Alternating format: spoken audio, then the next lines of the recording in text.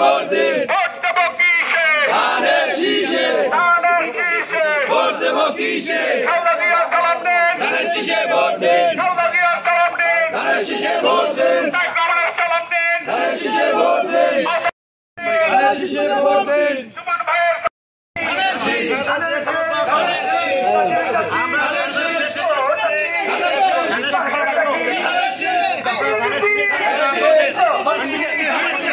নেতৃবৃন্দর সাথে তারা আসছেন, আমাদের সাথে পুরো বিএনপির নেতৃবৃন্দ এসেছেন। এখানে আমরা এসেছি আমাদের থানা কাউখালী থানা নেতৃবৃন্দের সাথে একত্রে আমাদের যে 31 দফা আছে, 31 দফাকে জনগণের মাঝে পৌঁছে দেওয়ার জন্য আমরা গণসংযোগ শুরু করেছি। এই গণসংযোগ লিফটের মধ্যে না, ইতিমধ্যে আপনারা জানেন কাউখালীতে উঠানবৈঠক শুরু হয়েছে, তাই না?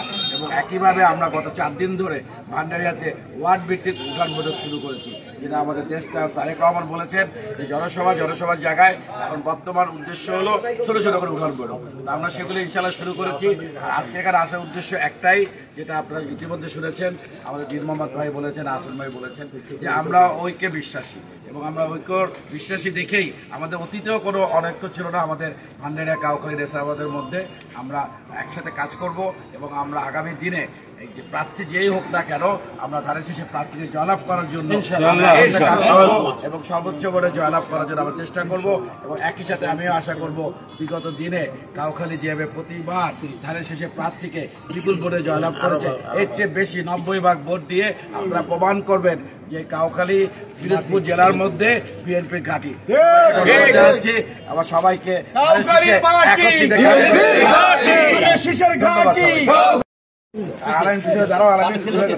আমাদের দেশের তারেক রহমানের জাতির উদ্দেশ্যে যে 31 দফা কর্মসূচি দিয়েছিল, 31 দফার আলোকে সারা বাংলাদেশে ইতিপূর্বে এই 31 দফা মানুষের মাঝে পৌঁছে দেওয়ার জন্য বিভিন্ন প্রোগ্রাম ইতিপূর্বে হয়েছে।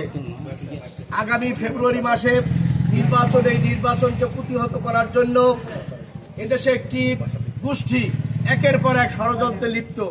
তারা কিছুদিন আগে বলেছিল পিআর পদ্ধতির নির্বাচন, এখন আবার জুলাই সনদ বাস্তবায়নের নামে গণভোট আগে হবে, তারপরে জাতীয় সংসদ নির্বাচন। একটি গভীর ষড়যন্ত্র এদেশে যাতে নির্বাচন না হয় সেই নিয়েছিলেন। এখানে আমাদের মাঝে আজকে উপস্থিত রয়েছেন তিনিও মনোনয়ন প্রত্যাশী।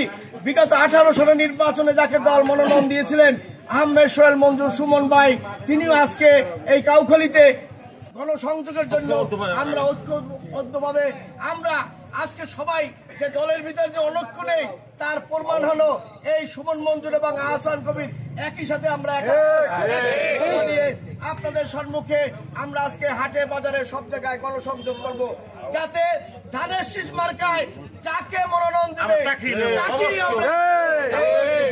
এই জন্য কাউখালী উপজেলা আমরা সকলে বিজয় অর্জন করব। মার্কা কি?